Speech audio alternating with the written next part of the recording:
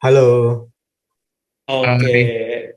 wah kayaknya udah siap banget nih kakak-kakak. Dari tadi aku lihat udah on cam, udah semangat banget nih. Aku sebelum nyampe ke sesi webinarnya nih, aku mau nanya kabarnya kakak-kakak nih gimana nih. Mulai dari Kak Abdurrahman dulu nih. baik banget. Apa namanya? Seru banget ya ngelihat pembukaan acara pagi ini gitu. Oke, terima kasih Kak Abdurrahman untuk Kak Pras. Join di pagi hari ini kita apa ya? Suasananya deg-degan mungkin ya bagi yang mau dengar pengumuman gitu kan. Tapi seperti Pak Dekan tadi bilang, yang penting prosesnya gitu. Nah, di kali ini kita berdua, saya Puji dan ada Praja di sini akan share sedikit tentang pengalaman kami di apa ya blockchain dan kita lihat nih ada potensi nih untuk sesuai temanya dari teman-teman DIG ya, Prosperous Nusantara gitu, Nusantara yang lebih prosperous gitu kan. Oke, yang sejahtera kayak gitu. Oke, pertama-tama saya mau tes air dulu nih, mungkin bisa next. Bukan air sih, ya ngetes gitu kan. Teman-teman gimana nih antusiasmenya? Kita coba next ke next slide. Saya ada sedikit pertanyaan, ada sedikit kuis kecil. Nah, ada yang tahu nggak siapa Bapak blockchain gitu? Nah, kalau ada yang tahu mungkin boleh boleh share, boleh chat di tempat chatnya gitu. Ini ada yang jawab Bitcoin, bukan bukan Bitcoinnya. Siapa Bapak blockchain gitu? Kan ada Bapak, misalnya pendiri founding father Indonesia ada gitu kan. Nah, kalau founding fathernya blockchain siapa nih? Oke. Wah, ada yang langsung bener nih, Satoshi Nakamoto, namanya Miko. Tapi kayaknya sepi banget ya hari ini dari teman-teman ini. Mana jawaban yang lain mungkin bisa ikut jawab juga gitu, biar lebih seru pagi ini. Oke, ada beberapa, ada Vitalik Buterin, ada Satoshi Nakamoto. Oke, ya ada banyak pilihan ya, tapi menurut saya Satoshi Nakamoto jadi yang founding father-nya karena dia mencetuskan pertama kalinya public blockchain yang dipakai sampai sekarang ya, kayak gitu. Oke, kita nggak usah tunggu lama lagi, kita langsung masuk aja ke slide berikutnya, next. Oke, jadi di pagi hari ini kita akan ada beberapa hal yang mau kita share. Kita bakal share sedikit tentang apa sih blockchain itu, kita bakal review sedikit. Nah, tadi kan katanya yang teman-teman IS mau tahu, nih kita kasih intro lagi, refresh lagi. Terus kita juga akan share sedikit apa sih itu Stacks gitu kan, apa sih relevansinya dengan bisnis, dengan Indonesia kayak gitu, use case-nya gitu kan, dan juga mungkin sedikit kalau teman-teman yang mau get involved di Stacks atau juga di ya inilah di crypto, di Web3 blockchain in general. Nah, seperti itu. Oke, next. Oke, ada delay sedikit, nggak apa.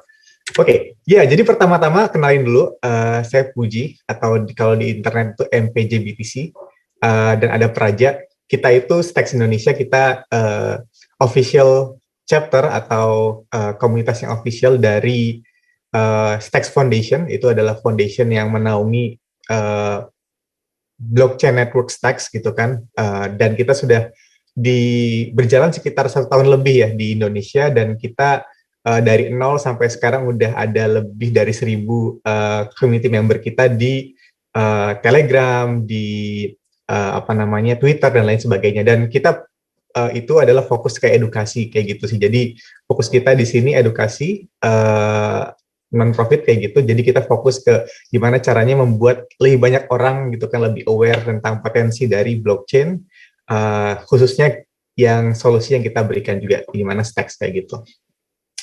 Oke, next. Lebih menarik tentang blockchain-nya. Nah, mungkin teman-teman udah ini kali ya, apa namanya, udah sering dengar gitu, blockchain apa sih gitu kan, kayaknya blockchain tuh di mana-mana gitu kan. Mungkin yang kuliah juga sering dengar istilah-istilah ini gitu. Nah, ini udah saya siapin nih nuggetnya gitu. Jadi apa sih blockchain itu gitu kan? Kita refresh sedikit bagi yang lupa kayak gitu kan. Jadi blockchain itu pada dasarnya adalah kayak ibarat tuh kayak buku lah ya. Jadi buku gitu yang kita share bersama-sama. Kita bisa baca bareng, kita bisa tulis bareng gitu kan, buku yang orang sama-sama tahu gitu kan isinya apa, dan bisa diverifikasi gitu, oh ini bener gitu bukunya gitu. Itu kalau saya bilang buku jangan jangan menganggap buku biasa, tapi bukunya itu virtual gitu, on the internet, on the computer kayak gitu. Dan uniknya adalah gitu kan, semua orang bisa punya salinan dari buku ini, dari buku tulis ini, semua orang punya salinannya kayak gitu kan. Dan ketika ada orang yang nulis baru gitu, orang yang punya salinannya bakal dapat kabar baru gitu. Nah kemudian di sana bukunya itu bakal terpercaya gitu, karena sekali udah ditulis itu nggak bisa dirubah lagi gitu. Jadi kalau sekali kita tulis bukunya itu nggak bisa dirubah lagi gitu. Jadi permanen gitu, immutable kayak gitu kan. Nah intinya lah kayak semacam kayak klub gitu, perkumpulan gitu, punya buku itu, dan semua orang tuh jujur gitu, nggak bakal merusak itu, informasi itu. Nah, apa sih Kak gitu, apa sih menariknya buku ini gitu kan? Nah, bagi teman-teman tadi yang katanya dari IS gitu misalnya, jadi ini sebenarnya mirip kayak database ya, mirip seperti database yang menyimpan informasi, tapi uniknya adalah teman-teman datanya tuh publik dan di-share bareng-bareng gitu. Nah, jadi si buku ini dia tuh kayak database gitu yang di-share bareng-bareng ke orang-orang yang berpartisipasi di sana gitu. Nah, apa nih menariknya gitu? Nah, kalau teman-teman pernah misalnya ini ya berinteraksi di online, di internet gitu, di balik layar gitu, terutama bagi orang yang memanage sistem seperti ini, itu tiap-tiap aplikasi, tiap-tiap perusahaan punya penyimpanan sendiri gitu. Jadi nggak bisa ngobrol, jarak susah banget ngobrol gitu kan. By default nggak bisa ngobrol gitu. Kalau saya punya misalnya informasi di aplikasi A, mungkin nggak bisa dibuka di aplikasi B kayak gitu kan. Nah, karena hal itu gitu kan, jadinya apa ya, informasi yang disimpan oleh perusahaan tuh menjadi nilai yang valuable buat mereka kayak gitu. Jadi apa ya, kalau teman-teman udah pernah sering denger ya kayak Google is holding our data gitu kan, tahu kemana kita berada kayak gitu. Dan blockchain ini jawabannya gitu. Jadi gimana caranya kita punya infrastruktur bersama yang bisa kita pakai dan nggak disimpan oleh big companies kayak gitu. Nah itu blockchain. Nah mungkin saya lupa ngetes nih. Mungkin coba mungkin ketik yes gitu di komentar kalau pernah denger blockchain kayak gitu. Mungkin saya mau denger juga nih dari teman-teman udah seberapa tahu tentang blockchain kayak gitu. Oke. Sambil nunggu jawaban kita bisa next. Nah, jadi itu blockchain teman-teman. Nah, ini saya kasih gambarannya gitu kan. Jadi blockchain itu pada dasarnya tuh trust machine. Artinya apa? Artinya tuh membuat kita bisa percaya gitu. Jadi kan tadi kita punya buku yang semua orang punya gitu ya. Jadi kita bisa percayain buku itu. Kalau bukunya bilang 10 ya berarti 10 gitu. Kalau misalnya dalam konteks misalnya nanti pencatatan finansial gitu ya. Kalau misal di buku tadi yang kita sebut tadi, saya punya 10 misalnya rupiah gitu kan, ya berarti 10, semua orang tahu kalau saya punya 10.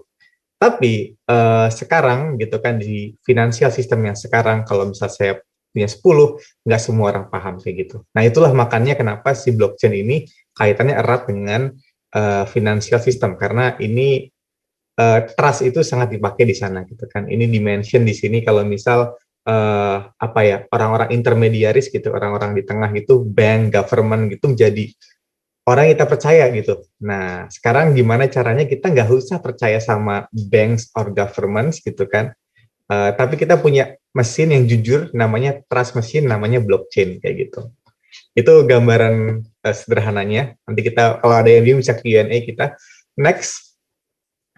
Oke, berikutnya saya kasih visualisasi nih ya. Jadi apa sih Kak gitu blockchain itu? Jadi blockchain itu pada dasarnya seperti kata harfiahnya, blok, ada suatu blok gitu. Anggap aja kayak kotak gitu kan. Nah, di sini kotaknya itu menarik teman-teman. Jadi di blok ini gitu kan kita punya beberapa informasi nih, kayak ada block number gitu kan, kayak di nomor 1 di kolom itu. Kemudian ada nonce, ada datanya, dan juga ada yang kita sebut sebagai hash gitu. Nah, gimana cara kerjanya? Cara kerjanya begini. Jadi cara kerjanya begini.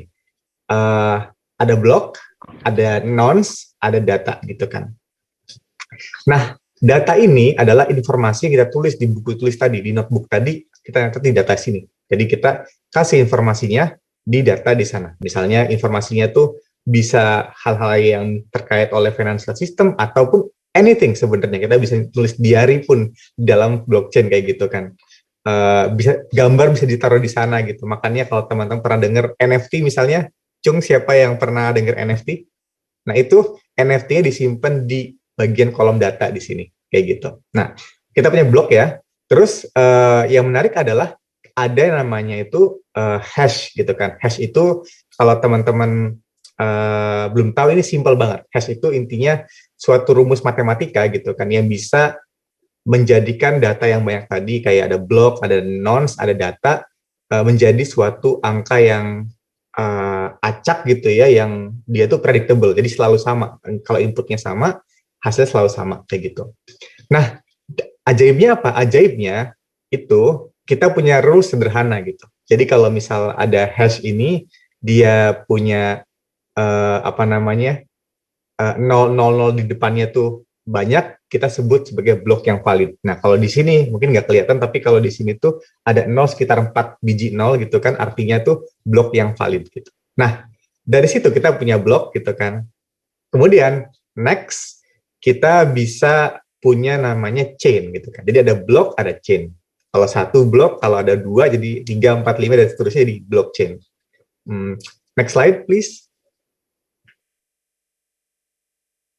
Oke, ada then becoming blockchain, teman-teman kan. Jadi di sini yang tadi jadi blockchain gitu kan, karena dikumpulkan. Menariknya apa? Menariknya adalah kenapa disebut chain, karena nanti hash tadi, fungsi kriptografi matematika tadi, hash dari yang sebelumnya masuk ke dalam blok yang setelahnya. Artinya apa? Nanti kalau bloknya ada banyak gitu, ada 10 gitu kan, orang nggak bisa semena-mena mengganti salah satunya gitu, karena nanti bakal ketahuan secara matematika, ini nggak bener nih gitu. Ini ada datanya nggak bener nih. Dan itulah yang membuat si blockchain ini menjadi hal yang kita sebut sebagai trust machine. Karena kita bisa tahu banget nih kalau ada orang yang mau malsuin informasinya, malsuin datanya kayak gitu. Next slide. Nah, kemudian kalau kita punya banyak komputer tadi, kayak banyak banget orang yang punya salinan kopinya, kita bakal punya salinan seperti ini teman-teman, yang kita sebut sebagai distributed ledger atau yang menjadi blockchain atau jaringan blockchain yang saat ini yang teman-teman mungkin udah sering dengar, ada NFT, ada kripto dan lain sebagainya kayak gitu. Tapi sebenarnya ini adalah secara filosofinya adalah trust machine, jadi mesin yang bisa kita pakai untuk sebagai kepercayaan kayak gitu sih. Bukan kepercayaan itu ya, maksudnya kita bisa kalau bekerja dengan orang lain bisa percaya kayak gitu sih. Oke, next. Oke, nah itu semua kok bisa sih jadi kita percaya gitu kan. Nah tadi saya mention ada namanya validitas gitu kan. Jadi yang tadi gimana caranya bisa jadi hash-nya tuh 000. Nah kalau teman-teman ingat tadi ada istilah nonce. Nonce itu artinya number used once. Yang mana di sana itu kalau teman-teman sadar gitu ya, kalau kita rubah nonce-nya, misal dari 200 jadi 201, itu akan merubah hash-nya gitu. Itu adalah salah satu sifat dari hash. Kalau dirubah sedikit, berubahnya banyak banget kayak gitu. Nah, dari situ ada namanya proof of work. Inilah yang disebut sebagai, kalau teman-teman pernah dengar gitu ya, ada mining gitu kan. Nah, itu adalah proof of work, di mana dia menebak-nebak nonce supaya sedemikian sehingga hash-nya menjadi valid, yaitu depannya itu ada 0, ada banyak kayak gitu. Yang mana ada banyak kelemahan ya teman-teman ya. Di sana bisa kontroversinya mungkin ini tuh nggak ramah lingkungan, banyak energi yang dipakai, bahkan ada orang yang misalnya disalahgunakan, ada orang yang mencoba mencuri listrik dan lain sebagainya gitu kan. Itulah proof of work teman-teman kayak gitu. Tapi sebenarnya algoritmanya nggak jahat ya. Yang evil adalah yang makainya kayak gitu. Nah, kayak gitu. Nah, itu adalah proof of work kayak gitu. Nah, di sini nggak begitu efisien, nggak begitu bagus gitu kan lingkungan, Tapi dia itu keuntungannya sangat aman kayak gitu kan. Dan sisi baiknya adalah ini juga mendorong penelitian-penelitian tentang renewable energy ya, gimana caranya bisa pakai excess energi sisa yang mana apa namanya bisa dipakai gitu kan untuk meng-fuel si trust machine ini gitu kan. Dan proof of work ini menjadi dasar gitu ya untuk jaringan-jaringan seperti misalnya Bitcoin, Ethereum, dan juga jaringan-jaringan kripto lainnya kayak gitu. Mungkin bisa next deh biar bisa lebih kebayang. Oke, dan contohnya tadi saya mention ada Bitcoin, ada Ethereum yang sebelumnya dan lain sebagainya gitu. Itulah proof of work teman-teman. Jadi itu apa namanya secara algoritma kita sebutnya proof of work kayak gitu. Nah, lalu apa hubungannya nih sama Indonesia nih gitu kan? Oke, kita bisa next gitu kan. Nah, ada banyak banget yang menarik gitu dari si blockchain ini gitu kan. Yang mana bahkan karena bagus banget propertinya tadi ya, karena kita bisa trust sama sistem ini gitu. Walaupun proof of work ini nggak begitu efisien gitu, people berinovasi. Nah, kita menciptakan cara-cara lain gitu kan supaya bisa menggunakan blockchain dengan lebih ramah lingkungan kayak gitu. Boleh next? Oke, jadi kayak tadi di sini ada kayak nggak green gitu kan, kemudian apa namanya nggak bagus nih gitu kan, listriknya banyak gitu kan. Bahkan ya Bitcoin sendiri itu udah pakai 150 terawatt gitu kan, annually per tahunnya, itu mirip banget ya, bahkan more than negara kayak Argentina. Ini lebih pakai listrik lebih banyak daripada Argentina gitu. Itu sangat gila banget sih menurut saya gitu kan. Nah, tapi sebenarnya itu nggak masalah gitu karena ada Stacks inovasi yang membantu mengkomplement kekurangan dari Bitcoin ini. Next ke slide berikutnya. Nah, jadi Stacks ini kalau teman-teman tertarik bisa baca papernya di Satoshi Nakamoto di 2008, itu menarik banget. Tapi yang lebih menarik lagi adalah ada forum-forum Bitcoin gitu, yang mana Satoshi Nakamoto, si father of blockchain tadi, pernah nge-share gini gitu kan, bla bla bla gitu kan, Bitcoin itu can be share gitu kan, to be a completely spared network and spared blockchain yet share CPU power with Bitcoin. Jadi ada cara buat ngerius tadi yang berapa terawatt tadi gitu kan dipakai oleh blockchain lain gitu kan. Maka dari itu spek muncul di sana kayak gitu. Next. Oke, jadi apa sih Stacks itu gitu kan? Nah, jadi sebenarnya tuh si trust machine ini kan punya ini teman-teman, punya tadi ya algoritma untuk memverifikasi gitu kan. Nah, kalau misal di Bitcoin itu ada proof of work gitu kan. Kemudian baru-baru ini kalau pernah dengar ada namanya proof of stake apa gitu, apalah gitu. Itu apa sih Kak gitu? Itu adalah sebenarnya konsensus algoritma, gimana cara kita bisa konsensus. Apa sih konsensus itu? Ya sederhananya sepakat kayak musyawarah gitu kan, gimana caranya kalau di Indonesia musyawarah gitu misalnya. Nah, kalau di Bitcoin proof of work gitu kan, kalau misal di Stacks namanya proof of transfer gitu. Nah, apa sih yang perlu kita tahu dari proof of transfer gitu? Ini menarik banget teman-teman. Yang menarik dari proof of transfer adalah kalau teman-teman lihat di slide itu mungkin agak kecil ya, tapi saya jelaskan di sini. Jadi yang tadi gitu kan, yang tadi kita punya Bitcoin tadi gitu kan, yang mana seperti teman-teman tahu blockchain ini dipakai banyak sama financial system, salah satunya Bitcoin. Nah, Bitcoin tadi yang cryptocurrency tadi gitu kan, itu bisa kita pakai untuk menjadi apa namanya blockchain baru yang bisa kita program gitu kan, namanya Stacks. Yang mana cara kerjanya seperti ini teman-teman.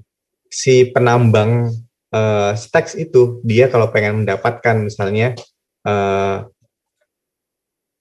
currency-nya Stacks namanya STX gitu kan. Buat apa sih Kak STX ini? Ini tuh untuk namanya untuk apa ya? Apa istilahnya? Untuk bertransaksi di Stacks itu menggunakan STX, di mana kita bisa bikin NFT, kita bisa jual NFT, kita bisa melakukan tokenisasi aset, kita bisa melakukan banyak hal di sana. Kita butuh STX gitu kan. Gimana cara dapetinnya gitu kan? Penambang STX dia itu caranya mengirim Bitcoin ke alamat-alamat Bitcoin tertentu yang sudah didaftarin sama jaringan Stacks gitu kan.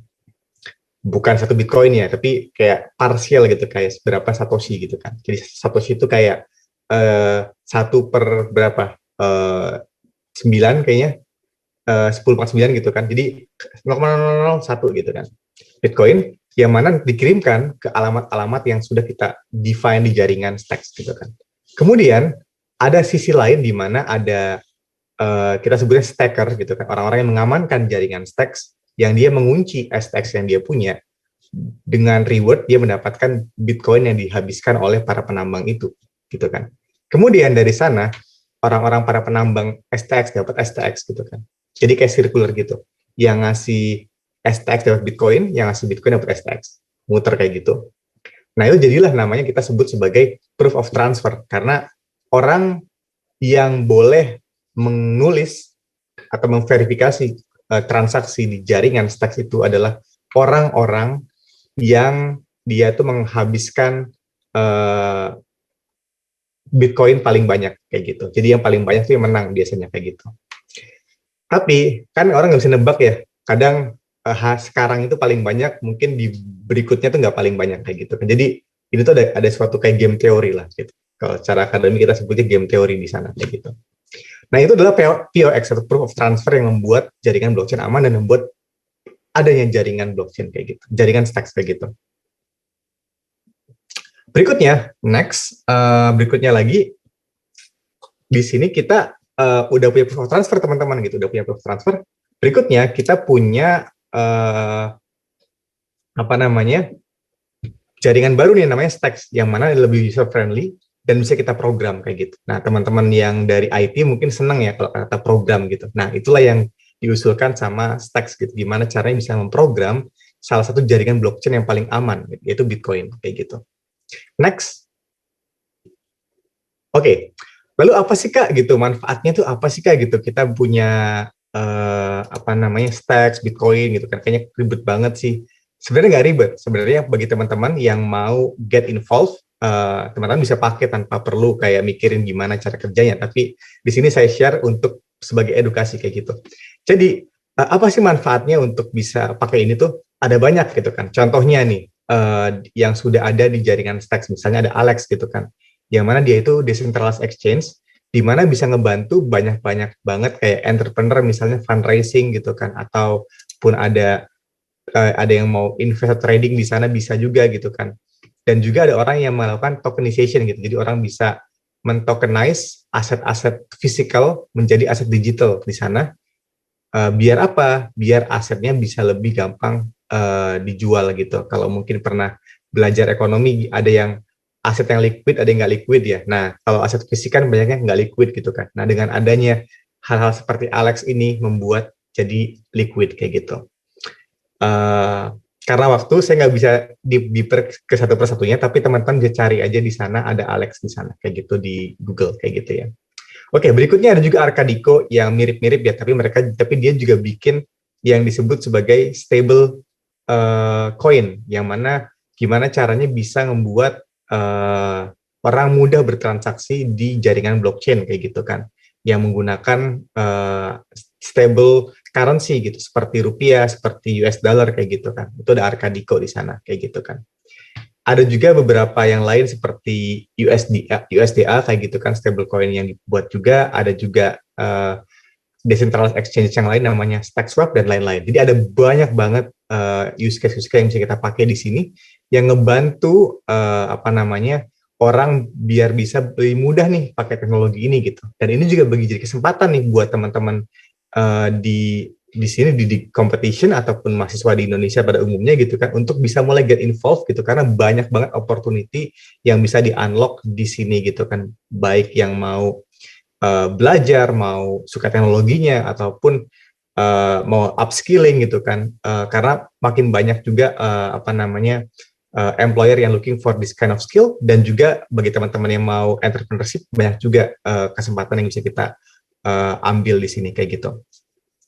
Oke, next. Oke, berikutnya ada juga yang disebut sebagai DAO nih, salah satu use case dari Stacks dan juga Bitcoin blockchain. Mungkin Praja mau share nih. Oke, terima kasih Mas Puji. Jadi teman-teman ini akan aku lanjutin dari Stacks-nya. Jadi kalau tadi Mas Puji udah ngejelasin banyak hal tentang aset tokenization, liquidity, dan awal mula dari Stacks, Bitcoin, dan blockchain itu tadi. Jadi aku mau jelasin tentang decentralized autonomous organization gitu ya. Jadi kalau misalkan kita tanya, lo apa nih Kak hubungannya sama organisasi gitu. Terus habis gitu kok bisa kehubung ke situ. Nah, ini kan mirip-mirip kayak gini ya, kalau misalkan kita balik, kenapa dong, kenapa kita nggak ngebahas organisasi? Karena kayak misalkan sebuah event pun diorganisir oleh sebuah organisasi gitu kan. Terus kemudian bahkan uang pun diorganisasikan gitu, karena uang yang kita buat konsumsi sehari-hari itu nggak semata-mata timbul gitu aja kan. Pasti ada yang mencetaknya, terus kemudian ada yang ngatur nilainya, kemudian ada yang ngatur sirkulasinya dan kawan-kawan. Jadi yang mengatur semuanya itu adalah organisasi. Begitu juga dengan mungkin pemerintahan, kampus itu adalah bentuk dari sebuah organisasi. Nah, terus kemudian pentingnya kita ngehubungin nih organisasi di dalam Stacks ini itu adalah gimana sih caranya sebuah organisasi ini itu mengelola aset-aset yang tadi itu sudah dibicarakan sama Mas Puji itu agar punya fungsi kayak gitu.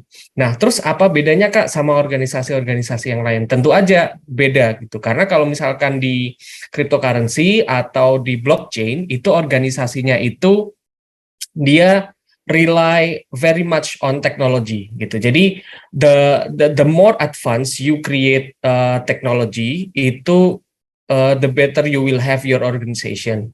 Jadi misalkan nih teman-teman yang hadir di DIC ini ya, event DIC ini itu berhasil ngebuat sebuah program blockchain yang kemudian bisa sangat canggih banget tuh dalam pembukuannya, dalam fungsinya gitu. Nah, akhirnya organisasi ini bisa lebih keren banget dalam perjalanannya gitu. Karena kan organisasi itu creating a legitimate system, power distribution, sama goal achievement gitu. Jadi ketika misalkan suatu saat nih, mungkin ya, DIC itu dikelola lewat private blockchain kayak gitu. Jadi teman-teman tuh bisa ngegali data-data yang kemarin DIC tahun 2023 tuh kemarin apa aja yang dibahas kayak gitu. Itu bisa lewat blockchain. Nah, dan kemudian apa sih benefits-nya? Yang jelas ketika misalkan teman-teman secara geografis nih tidak dalam satu kawasan gitu ya, tapi teman-teman masih punya satu kegiatan, tujuan yang pengen dicapai.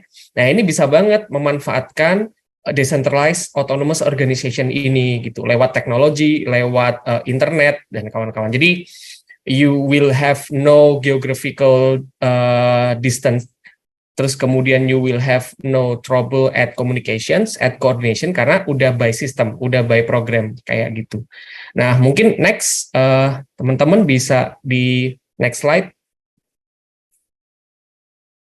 Nah, dari semua yang tadi dijelaskan sama Mas Puji dan saya, jadi other use case dari blockchain dan Stacks itu adalah digital identity gitu ya. Jadi kalau misalkan tadi teman-teman sempat ngelihat, kok ini Mas Puji namanya mpj.btc gitu ya. Jadi, nah ini adalah digital identity.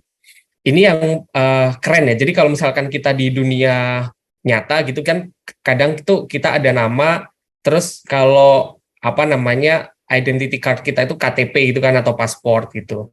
Nah, kalau misalkan di dunia blockchain atau di dunia Web3 dan Stacks ini bisa provide kayak gitu lewat nama kita gitu. Misalkan DIC ini, nama event DIC ini nanti beli domain dik.btc itu bisa gitu, dan itu akan jadi salah satu persona gitu ya di dunia Web3.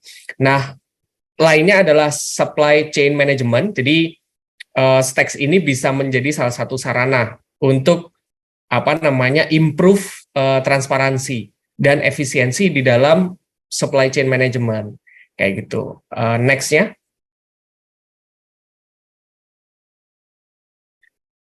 Gaming. Jadi gaming ini wah pasti saya yakin sih kayaknya banyak sekali orang-orang di Indonesia ini yang sudah memanfaatkan game ya atau game gitu di dunia Web3. Terus kemudian banyak kayaknya yang kenalan Web3 cryptocurrency itu juga lewat game atau trading crypto. Terus kemudian termasuk NFT ya, termasuk NFT itu saya yakin banyak sekali. Jadi teman-teman coba googling aja atau lewat chat GPT yang sekarang lagi viral gitu, langsung aja ketik gaming, Web3, blockchain, kayak gitu udah langsung pasti keluar gitu. Terus kemudian yang paling bombastis sebenarnya adalah blockchain ini, Stacks, itu bisa dimanfaatin untuk financial services. Jadi kayak yang dibilang sama Mas Puji, tadi ada pembukuan. Jadi teman-teman nggak repot lagi, kayak misalkan manual teman-teman ngebolak-balik halaman berapa ya kayaknya kemarin. Atau kalau misalkan di administrasi kita, filenya kemana ya kemarin gitu. Jadi ketika ada blockchain itu sudah by program dia akan automatically mencari data yang kita butuhin. Kayak gitu. Dan dia automatically juga approve atau disapprove terhadap sebuah keputusan yang ada di Decentralized Autonomous Organization itu. Jadi ini sangat keren banget kalau misalkan utility-nya itu sudah bisa masuk ke dalam keseharian manusia kita. Gitu. Next.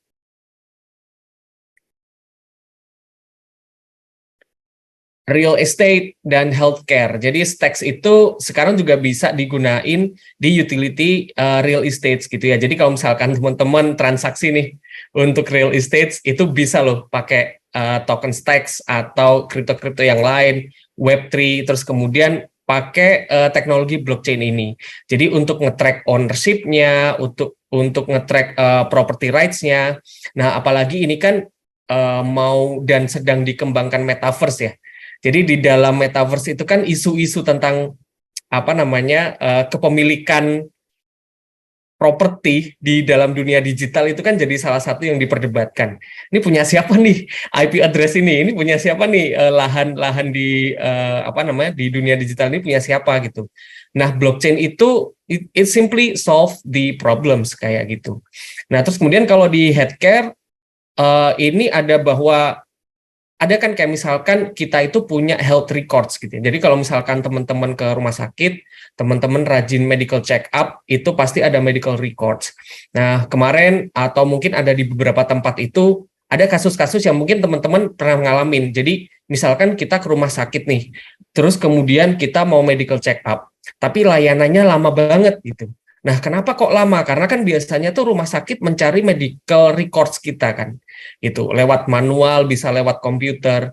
Cuman dengan adanya blockchain, ini tuh bisa ke-solve dengan sangat cepat gitu. Jadi nanti kalau misalkan teman-teman ke rumah sakit, dengan mudah rumah sakit itu bisa nge-track, oh si A, si B, si C, ini catatan terakhirnya. Kayak gitu, karena itu akan sangat memberikan efisiensi ya dalam bekerjanya program atau sistem itu tadi. Next. Oke, jadi beberapa manfaat itu summary-nya di blockchain itu kita ada yang namanya security. Jadi blockchain itu memberikan rasa security yang lebih besar ketimbang program-program yang mungkin sedang dikembangkan atau sudah ada seperti itu, dan lebih lebih aman juga kalau misalkan dibandingkan dengan manual gitu. Lebih aman karena kita lebih terjamin, oh sudah aman lah, sudah diproteksi, terus kemudian sudah automatically akan running by program kayak gitu. Terus kemudian sedangkan untuk cryptocurrency itu kita ada di optimisasi ya. Jadi cryptocurrency itu menyediakan decentralized optimization, terus kemudian democratized optimization. Jadi yang namanya cryptocurrency, contoh token Stacks itu juga dia itu menyediakan ruang buat mata uang yang kita pegang sekarang ini tuh mengalami revolusi nilai gitu. Jadi nilai itu kita mungkin nggak akan kalau misalkan ini berjalan dengan sukses, kita mungkin nggak akan berhadapan lagi dengan yang namanya hyperinflation kayak gitu. Kita nggak mungkin berhadapan lagi dengan kontrol bank sentral yang semakin besar kayak gitu. Jadi yang mengontrol nilai dari mata uang itu simply adalah komunitas itu sendiri gitu. Jadi itu dari kami. Next slide terakhir mungkin. Nah, buat teman-teman yang tertarik nih dengan Stacks Indonesia, dengan teknologi-teknologi Stacks, apalagi teknologi Stacks juga dikaitkan sama Bitcoin, jadi langsung aja join our community, sudah ada semuanya di situ, dan mungkin bisa menghubungi panitia, atau Mas Puji, atau saya sendiri untuk langsung join di komunitas kita. Terima kasih, saya kembalikan ke teman-teman panitia. Oke, terima kasih dan sekali lagi berikan reaction dulu dong untuk webinar kita kali ini nih. Wah, udah keren banget, udah menarik banget. Aku udah ngikutin dari awal sampai akhir nih, Kak. Betul banget, dan materi yang dibawain sama kakak-kakak pembicara kita hari ini luar biasa informatif banget ya Kak. Iya, soalnya aku juga relate banget, aku cukup penasaran sama dunia kripto saat ini dan dunia blockchain gitu ya. Jadi udah tercerahkan gitu Kak sama webinar kita kali ini. Jadi aku makin tambah pengetahuan nih Kak. Betul, apalagi tuh aku baru selesai ujian kemarin ya Kak. Dan soal ujian aku juga sama-sama mirip-mirip tentang blockchain juga. Waduh, malah ada soal ujiannya Kak? Betul, dan pastinya aku nambah pengetahuan banget ikutin webinar hari ini Kak. Ya, betul. Jadi sesuai banget saya bikin itu benar-benar menambah wawasan kita. Terlebih ini webinar yang pertama sih, terus aku udah keren banget ngebahas kripto itu kayaknya udah hype banget saat ini nih Kak. Betul. Nah, selanjutnya nih Kak, kita udah janjiin buat teman-teman nih. Tadi kayaknya udah banyak banget yang penasaran, udah ada banyak yang nanya-nanya di kolom chat box nih.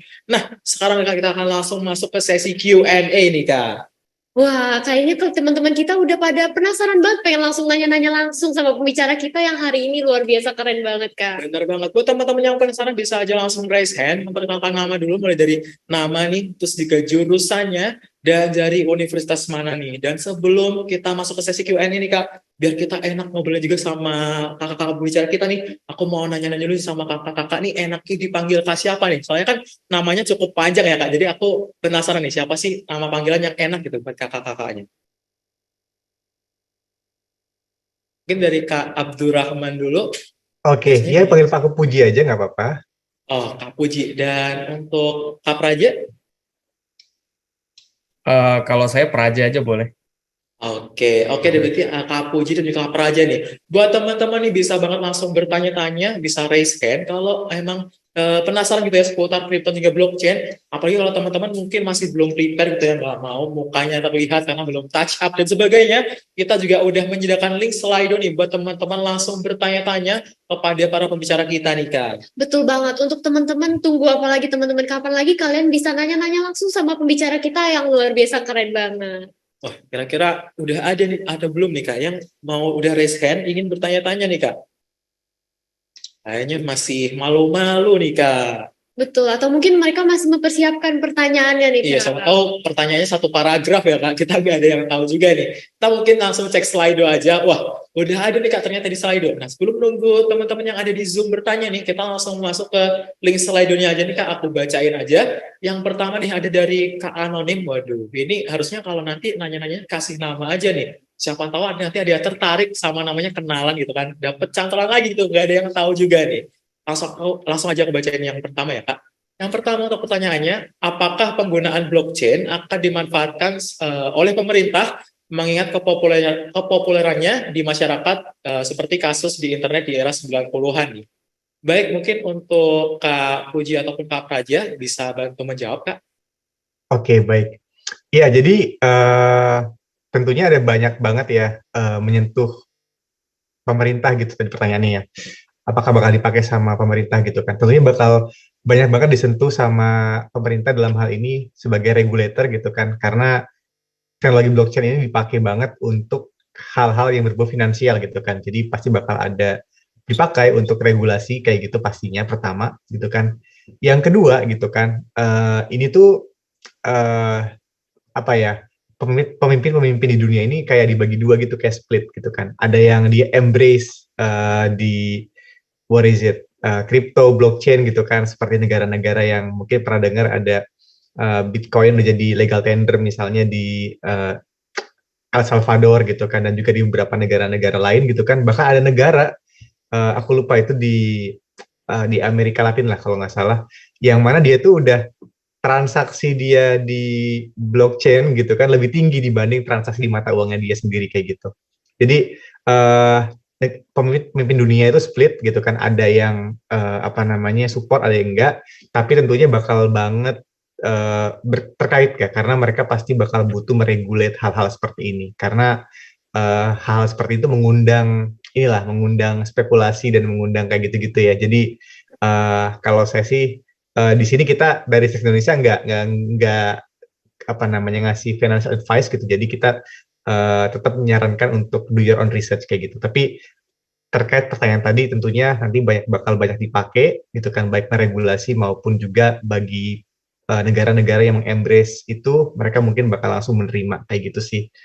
Dan tentunya di Indonesia sendiri kalau saya lihat sih banyak ya udah mulai menerima gitu. Jadi kita udah diregulasi banyak banget, misalnya token-token diregulasi di Indonesia kayak gitu. Jadi kalau mau bikin exchange itu ada yang meregulasi, ada Bapepti namanya kayak gitu. Jadi lumayan pemerintah Indonesia tetap lumayan aktif kayak gitu sih. Dan saya lihat di masa depan trennya pasti bakal naik dan naik kayak gitu. Karena mau nggak mau ini tuh enak banget kayak gitu. Karena bagi teman-teman yang udah pernah merasakannya gitu ya, dia bisa kalau misalnya teman-teman pernah dengar misalnya gitu di bank-bank misalnya ada transfer uang gratis ataupun kayak murah gitu kan, di blockchain tuh bukan cuma murah tapi cepat juga gitu, nggak pernah ada maintenance kayak gitu sih. Jadi itulah pasti menurut saya sangat yakin banget bakal dipakai berbagai macam pemerintah di dunia kayak gitu sih. Oh iya, kalau dari aku sih mungkin menambahkan dari Mas Puji ya. Jadi benar yang dikatakan sama Mas Puji tadi. Jadi countries atau states sekarang itu split gitu. Ada yang case-nya China. Dulu China tuh sangat anti kripto gitu kan, anti teknologi Web3. Tapi sekarang sudah mulai terbuka. Bahkan salah satu crypto exchange di dunia yang paling besar itu Binance, itu juga pusatnya di Cina gitu. Terus kemudian ada negara-negara yang dicontohkan Mas Puji tadi seperti El Salvador, itu adalah pengadopsi kripto dan teknologi blockchain, itu yang pertama kali mengadopsi kripto sebagai legal tendernya. Sekarang banyak mungkin teman-teman juga tahu konflik di Rusia dan Ukraina, kenapa Rusia masih bisa survive, terus kemudian Ukraina juga bisa melakukan transaksi di tengah perang, karena juga ada teknologi blockchain di situ dengan cryptocurrency-nya. Terus kemudian sekarang ada Lebanon, Kolombia, Nigeria, bahkan ada penambang Bitcoin yang dilakukan memang oleh departemen dari negaranya itu sendiri gitu. Kayak misalkan di Kolombia itu kalau tidak salah ada dia memanfaatkan panas bumi untuk ngebuat aliran listrik yang digunakan untuk menambang Bitcoin gitu. Jadi ini teknologinya keren banget, dan memang saya setuju Indonesia dalam hal ini sudah bergerak cepat gitu. Semoga kita tidak kalah cepat dengan perkembangan di luar sana. Dan di Amerika Serikat sendiri nih, mungkin teman-teman juga belum banyak yang tahu juga ya. Di Amerika Serikat itu para senator di Amerika Serikat itu juga jadi salah satu investor kripto gitu. Jadi banyak sekali memang peran-peran dari pemerintahan yang kayaknya semakin ke depan juga semakin trennya semakin naik, sama seperti yang dibilang sama Mas Puji tadi. Terima kasih. Oke, sekali lagi aku ucapkan terima kasih untuk Kak Puji dan Kak Praja karena sudah menjawab pertanyaan dari Kak Anonim tadi. Nah, sekali lagi semoga untuk Kak Anonim yang sudah memberikan jawabannya di slide dapat terjawab ya dari pertanyaan tadi ya Kak. Oke, selanjutnya nih kira-kira aku mau ngasih kesempatan buat teman-teman yang ada di Zoom nih. Kira-kira ingin bertanya atau belum nih kepada Kak Praja dan Kak Puji nih. Mumpung ada orangnya di sini, bisa banget langsung bertanya nih. Aduh, oke. Ternyata udah ada salah satu peserta kita. Ada dari Kak Devin Jonathan. Baik, untuk Kak Devin Jonathan, aku persilakan untuk langsung bertanya nih. Tapi sebelum itu, aku sampai lupa nih. Jangan lupa untuk perkenalan diri mulai dari nama, jurusan, dan dari universitas mana nih, Kak? Oke, thank you kesempatannya. Halo Kak, sebelumnya nama aku Devin Jonathan dari jurusan Sistem Informasi Universitas BINUS.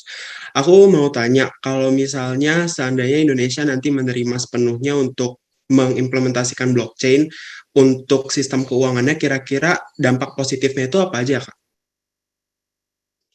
Oke, saya langsung jawab aja kali ya, pertanyaannya bagus gitu.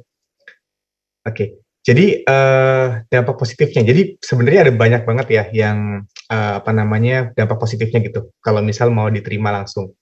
For example gitu kan, seperti yang kita mention di presentasi tadi, blockchain ini kan trust machine ya, jadi nggak bisa korup gitu. Ya kalau korup pun sistematis gitu dari kode yang kita tulis di situ gitu kan. Jadi apa namanya dia itu kita nggak perlu percaya pada government, tapi kita bisa percaya kepada apa namanya si kode ini gitu kan. Code is law gitu kan. Itu salah satu hal yang menarik gitu kan. Jadi makin kurangnya korupsi gitu kan di bidang ini di misalnya di finansial tadi gitu kan. Kalau misalnya diimplementasikan misalnya.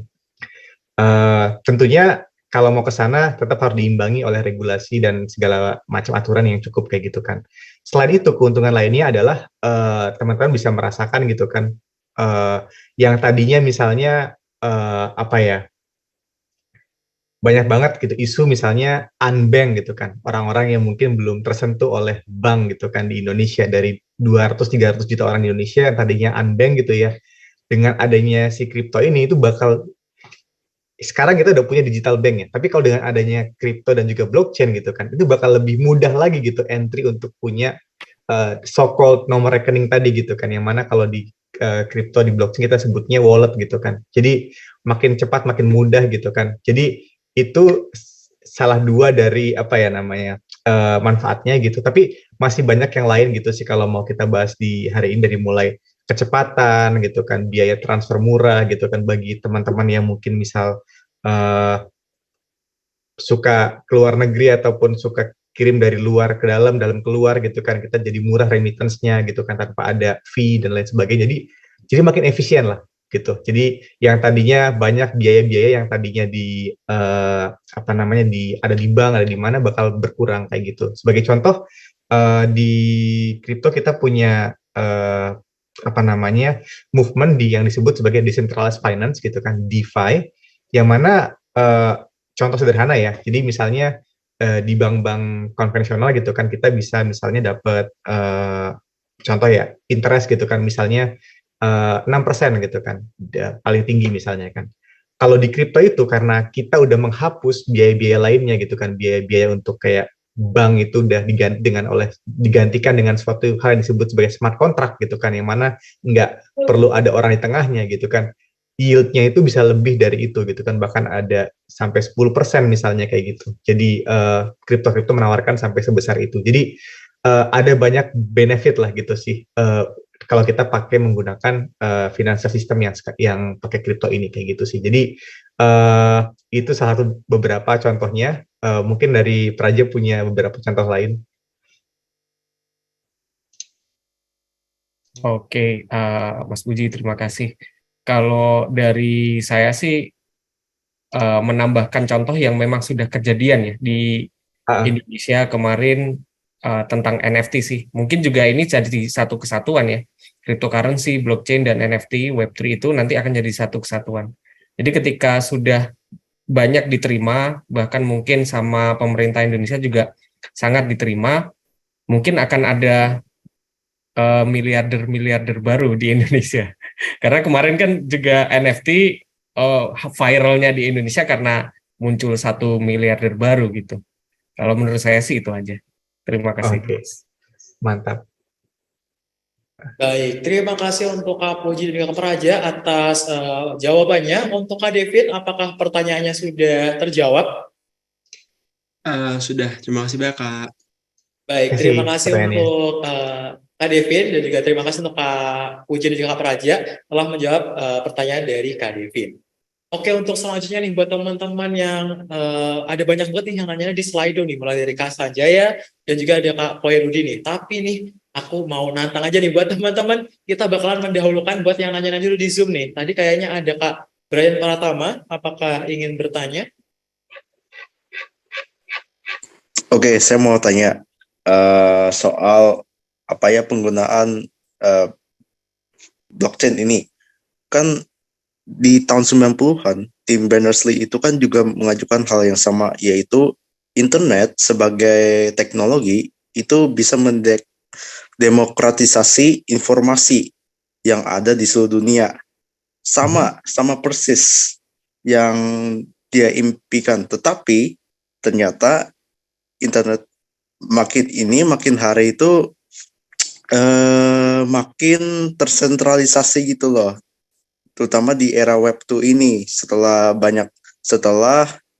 perusahaan-perusahaan yang berdiri pada era internetnya itu mengontrol informasi yang ada di yang kita apa kita yang kita akses, terutama sosial media, mesin pencari. Nah, apakah trajektori teknologi blockchain ini bakal mengalami hal yang sama? Ternyata blockchain ini bisa diakses, bisa dilihat oleh pemerintah. Contohnya kayak tahun 2021 tuh ada semacam hacking yang bisa hacking pada itu Colonial Pipeline di Amerika Serikat. Tetapi FBI itu bisa melacak ya, dan itu berasal dari agen-agen Rusia, hacker-hacker Rusia. Nah, berarti apakah itu bisa berarti pemerintah itu bisa itu dong, bisa men-track apa yang kita transfer yang ada di blockchain itu, gitu loh. Apakah kita bakal menuju jalur yang sama dengan internet itu? Terima kasih. Oke, makasih Brian. Pertanyaan bagus ya. Jadi ada dua pertanyaan kalau saya lihat di sini. Pertama itu, apakah trajektorinya bakal terulang gitu ya? Jadi kayak centralized entity bakal kayak menguasai ini lagi gitu kan. Saya rasa kejadian sama internet dengan blockchain tuh mirip tapi ada sedikit perbedaan gitu kan. Jadi gini, sebenarnya internet sebagai protokol itu bener banget dia decentralized gitu. Artinya terbukti sekarang kita bisa dengan mudah gitu kan, mau bikin website, mau hosting gitu kan, we can choose gitu, wherever we are gitu kan, wherever we host the site gitu kan. Tapi untuk convenience gitu kan, lebih gampang kalau kita pakai layanan yang centralized gitu. Itu salah satu poinnya, convenience-nya gitu kan. Nah, yang kedua adalah masalah timing sih sebenarnya. Jadi kemarin itu mungkin orang belum bisa membayangkan gitu apa sih digital life itu seperti apa gitu kan. Nah, sekarang kita sudah beberapa dekade setelah ada internet mulai terbayang gitu. Oh iya, this is not the digitalized life yang kita bayangkan gitu kan. Ini tidak seperti yang Tim Berners-Lee impikan pada saat dulu ya, beberapa dekade yang lalu kayak gitu. Jadi sekarang dikoreksi nih dengan adanya blockchain, ada Web3 kayak gitu kan. Nah, itu menurut saya masalah timing juga pertama kayak gitu kan. Kedua tadi masalah secara protokol, secara esensinya tetap decentralized gitu kan. Cuma memang untuk convenience lebih mudah kayak gitu. Nah, untuk pertanyaan kedua gitu kan, ini saya suka banget nih pertanyaan yang kritis kayak gini. Ini nanti apakah pemerintah bakal tahu semua gitu kan, privacy kayak gimana gitu kan. Nah, jadi gini, udah banyak banget perkembangan termasuk di Stacks juga yang mana perkembangan di teknologi yang kita sebut sebagai zero knowledge teknologi kayak gitu. Jadi gimana caranya kita bisa bertransaksi gitu kan, kita bisa berinteraksi gitu kan di dunia digital, tapi orang tuh nggak perlu tahu gitu kan kita tuh siapa gitu kan. Teknologi disebut teknologi ZKP gitu kan, zero knowledge proof gitu kan, gimana caranya kita bisa membuktikan kita melakukan sesuatu, memiliki sesuatu tanpa kita menunjukkan, mereveal diri kita kayak gitu. Nah, itu lagi dikembangin juga, ada banyak banget perkembangan di beberapa tahun atau bahkan beberapa bulan ini kayak gitu di Web3 gitu kan, bukan cuma di Stacks tapi juga di crypto in general kayak gitu. Jadi kalau ditanya apakah bisa terulang gitu kan, yang seperti di internet ini bisa terulang gitu kan, tapi kalau dilihat dari perkembangannya, saya rasa sekarang orang lebih aware dengan privasi mereka, dengan digital life mereka. Jadi udah ngerasain nih digital life selama 2-3 dekade ke belakang kayak gimana, dan kita bisa koreksi nih, oh kayaknya bukan ini yang kita mau yang lebih baik kayak gitu. Nah, ketika ada demand untuk itu, bakal muncul juga usaha-usaha buat orang kayak ke arah sana gitu. Terbukti misalnya privacy ya, Apple misalnya gitu kan salah satu yang punya market share smartphone di dunia ini gede banget gitu kan, dia mulai nge-push banget tuh gimana caranya privacy yang tinggi kayak gitu. Jadi saya rasa di masa depan privacy juga bakal lebih tinggi juga nih di ekspektasinya ya buat teknologi blockchain kayak gitu. Jadi kita masih awal, tapi future itu menurut saya makin bagus, dan ini kesempatan juga nih buat teman-teman buat mengembangkan teknologi kayak gitu sih. Baik, terima kasih untuk Kak Puji. Mungkin dari Kak Praja ada tambahan, Kak? Oke, kalau dari saya tambahannya sih, jadi both internet atau this is something yang menarik ya. Kalau dari internet itu awal mulanya memang diciptakan oleh militer gitu. Jadi for military purpose and for political purpose. Nah, tapi kalau Web3 ini bukan diciptakan oleh militer. Jadi mungkin nanti ujungnya juga akan beda gitu. Nah, kalau misalkan kita ngukur intensitas ya. Jadi mungkin kita nggak akan bisa ini biar kita nggak historis aja.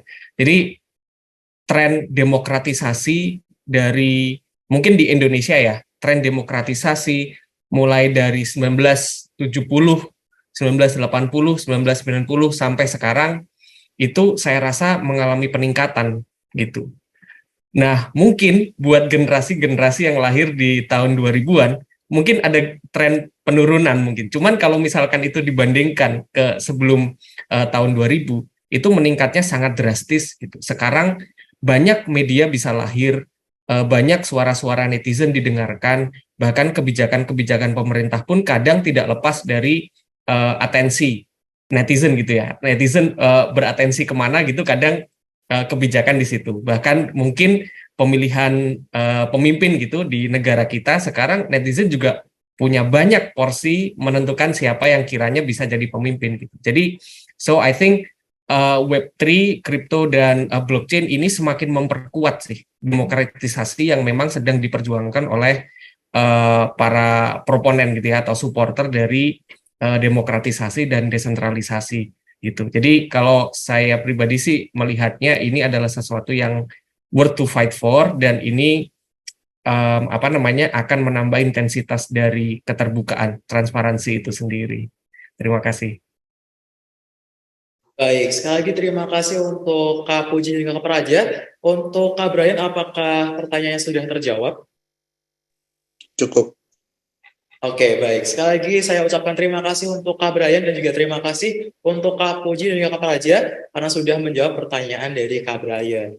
Nah, mungkin karena waktu kita sudah terbatas, kita mau ngasih kesempatan buat teman-teman untuk bertanya, untuk satu orang beruntung nih. Masih ada kesempatan untuk bertanya lagi. Kira-kira buat teman-teman yang ada di Zoom nih, kira-kira ingin langsung bertanya dengan raise hand, atau mungkin kita langsung ke Slido nih. Kalau teman-teman emang nggak ada yang raise hand.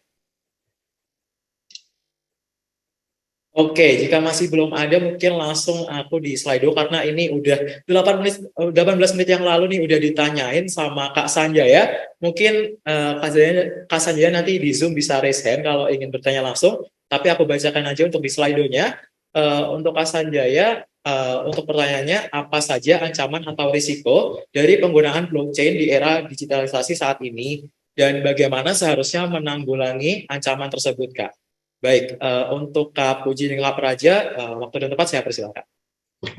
Oke, saya bantu jawab sedikit. Oke, jadi gimana caranya biar aman gitu ya bertransaksi atau menggunakan teknologi ini kayak gitu. Jadi mungkin blockchain kan luas ya, tapi kalau saya asumsikan mungkin mau bertransaksi finansial di blockchain gitu kan, kayak NFT dan lain sebagainya. Saran saya adalah ini ya, kita harus careful banget gitu ketika melakukan hal seperti ini kayak gitu, apalagi kalau misal ada money involved kayak gitu kan. Jadi kita do our own research yang pertama gitu, biar kita mengurangi itu. Nah, yang kedua yang lebih penting lagi adalah kita pakai akal sehat aja gitu. Jadi kalau misalnya kira-kira ada hal yang terlalu too good to be true atau misalnya suspicious, kita harus siapin radar gitu. Oh, ini kayaknya aneh deh gitu. Jadi kayak gitu. Dan yang berikutnya adalah ya sebenarnya sanity juga, basic sanity dalam berinternet kayak gitu sih. Jadi hal-hal yang biasa kita pakai untuk mengamankan kita berinternet itu still applies to kita bertransaksi in the blockchain kayak gitu sih. Jadi basic supaya aman berinternet itu juga di apply di sana gitu kan. Kemudian juga kalau misalnya mau ada transaksi di blockchain juga ya tadi kan, do your own research, karena banyak banget yang perlu diketahuin orang yang mencari opportunistik ya, karena mencari kesempatan buat menipu, men-scam gitu kan orang-orang. Jadi be careful lah kayak gitu sih. Jangan begitu aja percaya, termasuk jangan percaya saya gitu kan. Terhadap orang-orang di internet kayak gitu sih. Kayak gitu. Jadi kritis itu bagus banget. Termasuk pertanyaan sebelumnya, kritis banget, bagus banget kayak gitu sih. Baik, terima kasih untuk Kak Puji. Mungkin aku memberikan kesempatan untuk Kak Praja, mungkin apakah ada tambahan? Dari saya cukup, Kak. Terima kasih. Oke, baik. Sekali lagi aku ucapin terima kasih untuk Kak Sanjaya atas pertanyaannya. Semoga jawaban dari Kak Puji menjawab pertanyaan dari Kak Sanjaya. Dan juga aku mau mengucapin terima kasih untuk kedua pembicara kita yang sudah menjawab pertanyaan-pertanyaan dari teman-teman nih, Kak. Nah, tapi sayang banget, karena kita ada keterbatasan waktu, jadi pertanyaan dari Kak Sanjaya tadi menutup sesi Q&A kita hari ini nih, Kak. Betul banget Kak Farhan. Maaf banget teman-teman karena waktu sesi Q&A kita sudah habis dan tadi pertanyaan dari Kak Sanjaya menjadi pertanyaan terakhir pada sesi Q&A hari ini. Dan aku juga mau ucapin terima kasih banyak untuk teman-teman atas pertanyaan-pertanyaan yang sudah diberikan. Dan aku mau ucapin terima kasih juga untuk Kak Puji dan Kak Praja atas jawabannya yang keren-keren banget, Kak. Iya, bener banget. Aku mau ngucapin sekali lagi terima kasih untuk para pembicara kita. Dan untuk topik-topik yang disampaikan hari ini udah keren banget, dari sesi webinarnya juga sesi Q&A-nya menarik banget nih, Kak. Terima kasih banyak kepada Kak Puji dan Kak Praja atas materi yang sudah diberikan kepada teman-teman kita